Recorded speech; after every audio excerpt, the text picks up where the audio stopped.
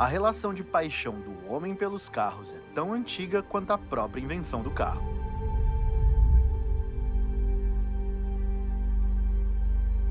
Henry Ford provavelmente ainda não sabia que moldaria a história da humanidade. Não apenas no que diz respeito à sua locomoção, mas à relação homem-máquina.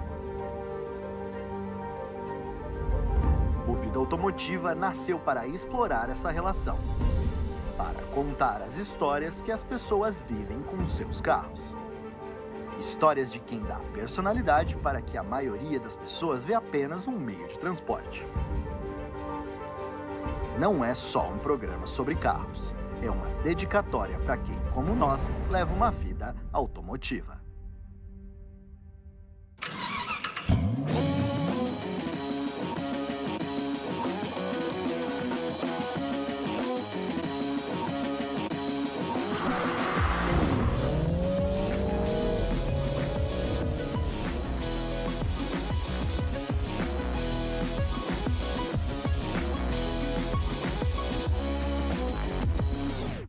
Todo mundo sempre fala sobre como os anos 80 e 90 criaram os carros japoneses mais importantes da história. E alguns deles já até passaram aqui pelo Vida Automotiva. Mas também é muito importante lembrar que nessa mesma época, aqui no Brasil, as principais montadoras travavam uma verdadeira guerra para fabricar o carro brasileiro mais rápido. Assim como no Japão, os esportivos mais icônicos do Brasil foram fabricados entre as décadas de 80 e 90. Hoje, nós vamos conhecer a história de um desses carros, conservado e preparado a ponto de fazer muito carro novo parecer carrinho em miniatura.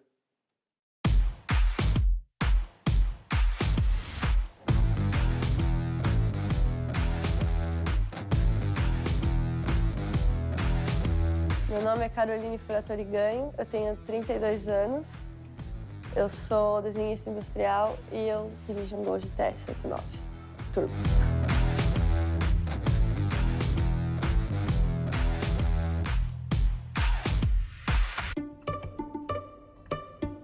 Não tem um evento que me faz, que eu me liguei, assim, que eu gostava de carro. Eu sempre gostei, desde criança.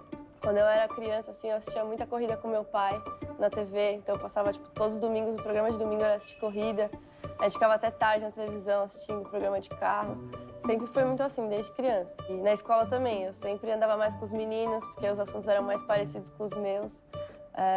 E aí, quando eu comecei a crescer, assim, eu comecei a me interessar por, sei lá, miniatura de carro. Colecionava miniatura de todos os tipos. Quando eu tava na escola, meu sonho era ter um Gol quadrado. Sempre foi. Eu sempre quis ter um Gol quadrado. Só que na escola é muito difícil menina gostar de carro e ainda mais um Gol quadrado, que é um carro masculino, né? E aí eu sofria muita zoeira, assim, das pessoas, porque falavam, Gol quadrado, coisa de homem, que não sei o quê, mulher não pode ter isso, não sei o quê. E aí eu acabava escondendo isso pra mim e não falava muito com as pessoas a respeito disso. E aí no ensino médio eu comecei a conhecer várias pessoas que tinham o mesmo gosto que eu, até que um dia eu tava conversando com um amigo meu, e aí eu falei que meu sonho era ter um Gol quadrado e tal, mas que eu não contava isso pra ninguém porque eu tinha vergonha, porque todo mundo, toda vez que eu falava, alguém ia lá e criticava. Aí ele falou, não, cara, tipo, é muito da hora isso, você devia falar pra pessoas, você não devia esconder que você gosta dessas coisas, sabe? Ninguém tem nada com isso. E aí nesse dia eu tive o estalo, assim, e falei, mano, não preciso esconder mesmo, é quem eu sou, sabe?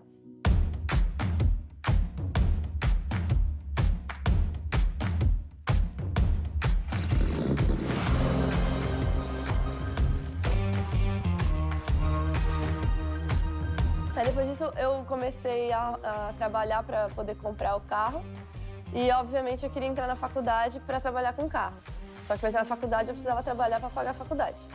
Aí eu comecei a arrumar emprego, eu arrumei 4 empregos, porque eu precisava muito de dinheiro. Aí eu arrumava uns bicos também nas corridas de Interlagos. Aí eu entrei na faculdade para desenhar carro, então fui fazer desenho industrial porque queria trabalhar na Volkswagen, desenhando carro. Aí eu passei no concurso da Volks e o tema justamente era o Gol 2030, 2050, não lembro bem, acho que é 2030. Eu falei, cara, é a hora pra mim, com certeza, é agora, porque é um concurso pra falar de Gol. Eu sei tudo de Gol, eu cresci amando Gol, tem que ser a hora agora, né? E aí eu fiz os desenhos e passei na primeira fase, nem eu acreditei. Na minha mãe não acreditou, meu pai, ninguém acreditou. Chorei pra caramba, meus professores colocaram na faculdade lá o nome na parede, Carol, finalista do concurso Volkswagen. Todo mundo mó feliz. Primeira vez que uma mulher consegue passar nessa categoria. E aí eu cheguei até a última etapa da final, os 10 finalistas. Mas aí acabou que eu não peguei a vaga lá. Ficaram 3 meninos mesmo.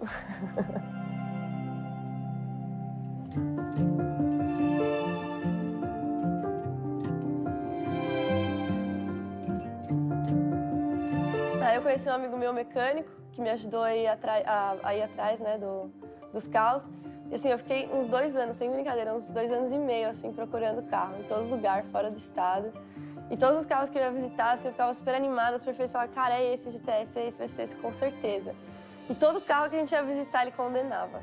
Aí um cara respondeu de um fórum, respondeu uma mensagem que eu tinha mandado, tipo, 6 meses atrás, falando, não, eu tô vendendo meu carro ainda, você tá interessada, quer dar uma olhada? E o carro nem era desse estado, era tipo de Vitória. Aí na hora que eu mostrei o carro para o meu amigo, ele falou, cara, tá perfeito, é esse. Eu quase chorei na hora, falei, não acredito, é sério? Mas assim, não tinha como testar o carro, não tinha como ver nem nada, então eu fui na sorte, né? Aí eu paguei o carro, peguei empréstimo no banco, paguei o carro e mandei vir de Cegonha, de Vitória para São Paulo. E aí o carro estava previsto para chegar em 4 dias. Ele demorou 3 semanas e meia. Eu tava desesperada, achando que a cegonha tinha capotado, que tinham me roubado, que o dinheiro tinha sumido. Eu não sabia o que fazer. Aí, um belo dia, finalmente o carro chegou, a gente foi buscar ele também em outra cidade, nem chegou aqui. Aí a gente foi buscar e na hora que eu olhei assim, eu nem acreditei que era meu, sabe?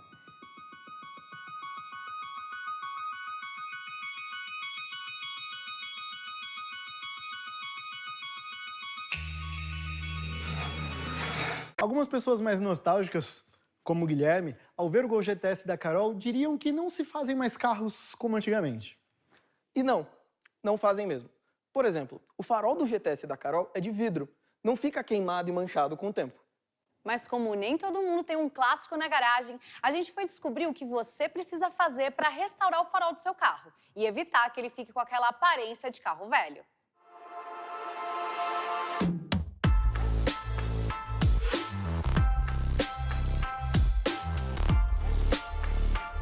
Tô com um Civic aqui, que a maioria dos carros tem esse problema hoje, que é o farol ficar amarelado. Mas isso vem através do plástico, que é um acrílico transparente. O sol acaba queimando esse farol, o acrílico ele acaba pegando esse tom amarelado. Normalmente, isso acontece só com carro que fica no sol. Com o passar do tempo, se a gente não for prevenindo isso, passando produtos que fazem uma proteção, pode ser um vitrificador de plástico, até uma cera para fazer uma proteção contra esses raios ultravioleta, o farol vai cada dia que passa a estragar mais. Estragando cada vez mais, você vai acabar perdendo o farol, que vai chegar uma hora que ele vai trincar, vai ter microfissuras que não vai mais ter jeito. Por mais que saia esse amarelado dele, ele vai ficar cheio de microfissuras. Mas eu vou passar para vocês uma parada que resolve isso muito fácil. Uma coisa que a gente vai usar, um par de meia velho que está em casa, que ninguém usa, uma pasta de dente, e vou fazer um processo de eliminação dessa parte amarelada.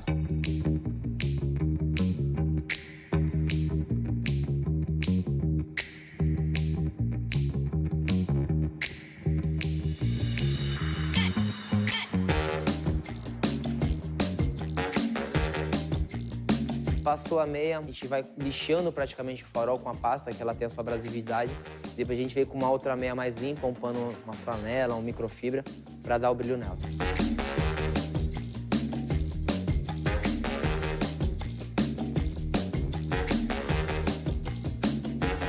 Não adianta só passar essa pasta de dente, porque ela vai voltar 1 mês ou 2 depois, dependendo do tempo, o uso que você tem do carro. O farol tem produtos específicos para a proteção. Então é legal você trazer para um especialista, para um profissional, para ele conseguir fazer um processo de proteção.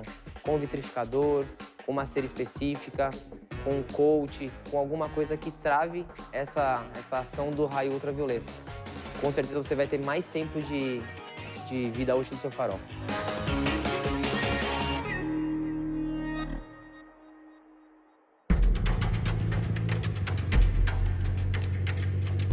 fui trabalhar com eles de manhã, assim, toda felizona. Nossa, finalmente vou trabalhar de carro, primeira vez na vida. Só andava de trem, metrô, ônibus. Aí eu falei, não, hoje eu vou trabalhar de GTS. E aí, na volta do caminho pra casa, na hora que eu cheguei em casa, assim, tava manobrando pra entrar na garagem, aí eu fui abordada por 2 meninos. E aí veio um de cada lado do carro, assim. Puxaram o pino da porta, abriram a porta e jogaram a gente pra fora do carro. E eu acabei saindo na mão com um dos ladrões. Aí a gente saiu na mão real, assim. Eu tenho até cicatriz até hoje da briga, porque foi feio, eu atropelei ele com o carro, ele levantou, voltou pra cima de mim, bateu com a porta do carro em mim, foi bem feio. E aí ele, por fim, né, depois de muita luta, ele conseguiu entrar no carro. Daí nisso a gente acabou indo atrás. Daí a gente entrou na favela, passou a noite inteira na favela buscando o carro e tal.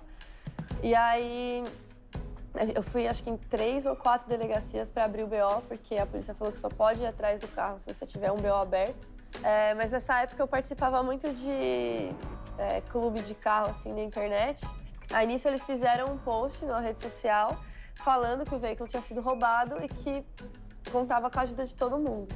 Aí assim, em meia hora, teve mais de 6 mil compartilhamentos do post. Na hora que eu consegui abrir o BO na delegacia, já tinha informação de onde estava o carro. Aí passei o dia inteiro chorando, parecia que tinha arrancado um braço meu. E aí eu recebia muita gente falando, achei seu carro, achei seu carro. Só que até aí qualquer sucata de Gol quadrado, eles falavam que era meu carro. Aí a minha amiga me ligou falando, Carol, achei seu carro. Eu falei, de novo acharam meu carro? Tá bom, vai. Aí ela me ligou de novo e falou, Carol, eu bati a placa, eu achei seu carro não tem nada. Aí eu já falei, pronto, meu carro tá queimado, deram PT no carro, acabou o GTS pra mim, acabou. Daí eu fui na casa desse meu amigo pegar a roda, e eu lembro até hoje, a gente foi com as rodas no colo, assim, andando na rua com a roda na mão, assim, no braço, pra gente poder pegar as rodas, colocar no GTS e trazer o carro pra casa de guincho, né? E aí foi pro guincho, foi pra delegacia e voltou pra casa, ficou 6 meses no cavalete. Aí depois disso eu comecei a montar ele de novo, mas aí a gente dá uma desanimada, né? Aí tudo custa muito caro, e aí você não acha as peças do jeito que você tinha no original.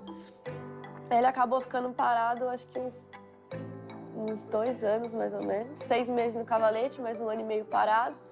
E aí eu resolvi começar a montar de novo. Eu falei, vai demorar, mas vai ficar ali quietinho. Deixa ele dormindo ali, uma hora eu acho. Eu não tinha pressa, sabe? Eu preferia esperar pra conseguir as peças do jeito que eu queria do que sair gastando dinheiro com qualquer coisa só pra dizer que o carro tava montado. Aí agora, recentemente, que eu consegui, de fato, montar ele todinho inteiro do jeito que ele era quando eu comprei, originalzinho.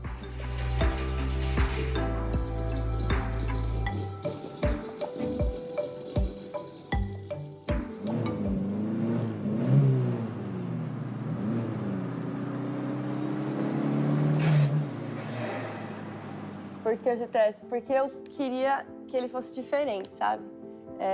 Todos os meus amigos tinham Gol quadrado. E eu sempre gostei de Gol quadrado, mas eu queria um Gol quadrado especial. Eu sempre achei o GTS o mais bonito de todos.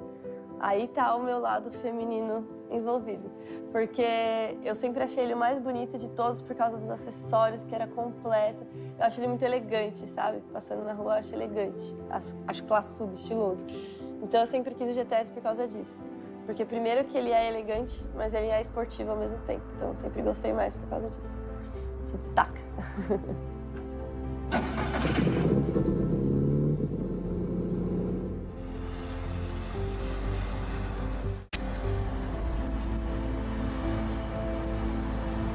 Porque toda vez que eu saio na rua e eu paro no farol, aí alguém olha pra dentro, aí olha de novo e fala: nossa, que bonito, você quer vender? Aí eu falo que não. O carro é seu ou é do seu namorado? Tipo, o carro nunca é meu.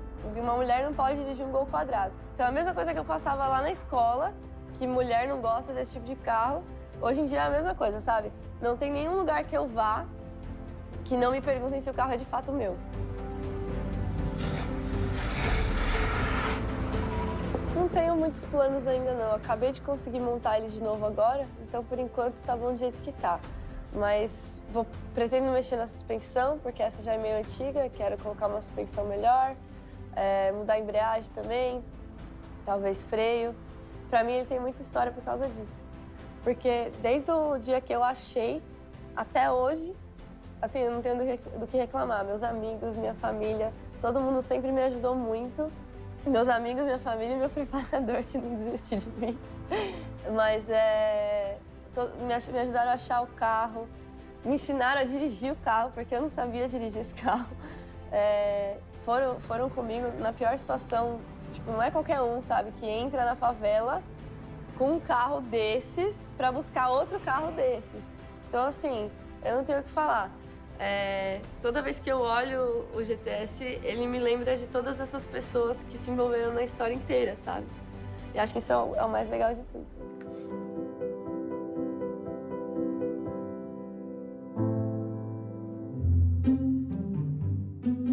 Quando eu penso em esportivos nacionais hoje em dia, a primeira coisa que vem na minha cabeça são spoilers, aerofólios, adesivos e um outro detalhe de acabamento. Salvo poucas e raras exceções, as marcas criam esportivos hoje baseadas em pouco mais do que estética. Mas nem sempre foi assim.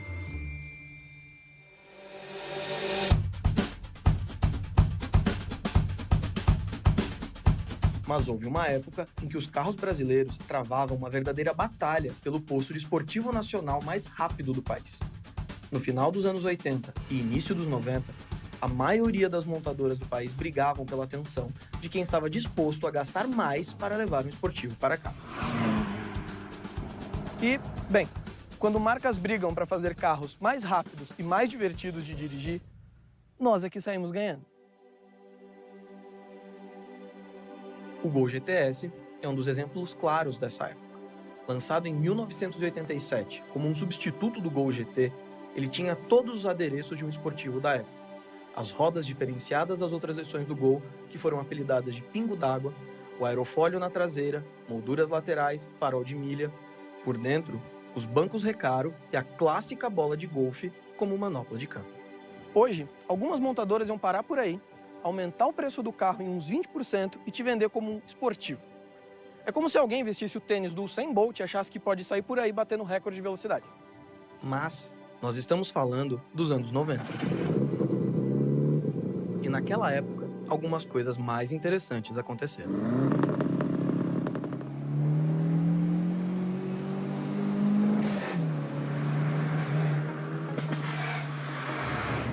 Para começar, o ronco do motor do GTS estava no limite do permitido pela legislação da época. Além disso, ele era vendido com uma potência declarada de 99 cavalos para escapar de uma tributação da época que taxava carros com 100 cavalos ou mais com uma alíquota maior. Mas quem comprava o Gol GTS não demorou para perceber que aquela potência declarada não condizia em nada com a performance do carro. A especulação é de que a potência do GTS chegaria a quase 110 cavalos.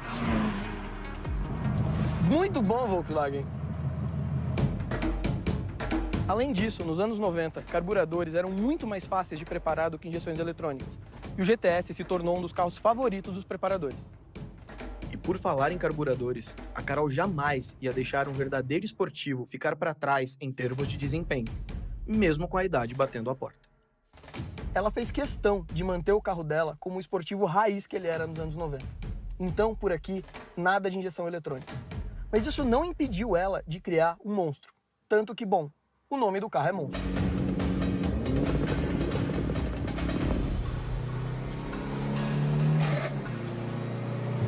O cheiro de álcool é constante e o ronco do motor preenche todo o interior do carro. Você pode argumentar que um carro carburado é quase um dinossauro nos dias de hoje. Mas esse dinossauro aqui tá bem irritado. E eu tenho certeza que ele come carro injetado no café da manhã. As barras de torção e a suspensão de rosca trouxeram a rigidez que o GTS precisava para suportar a potência extra. O turbo formou uma bela dupla com o comando original, que na época vinha do Gol GTI. A gritaria fica por conta do escapamento de 2,5 polegadas no começo e 3 polegadas na saída. E o ar-condicionado, ele pesava 10 quilos. Acho que a gente está melhor sem ele. O Gol GTS, assim como seus concorrentes dos anos 90, já tem status de clássico. Isso é indiscutível. Prova disso é o preço que diversos desses carros custam hoje em dia, além de serem cada vez mais difíceis de encontrar. Olhando para ele, a gente nota como o carro envelheceu bem. As linhas sóbrias, meio quadradas, combinam muito bem com a idade do carro. E é difícil não torcer o pescoço para ver um carro tão bem conservado. Os upgrades da Carol na criação do seu monstro deram um fôlego novo para o GTS. E é de se admirar o quanto ela conseguiu tirar de um carro de 30 anos e torná-lo ainda mais digno do distintivo que ele carrega.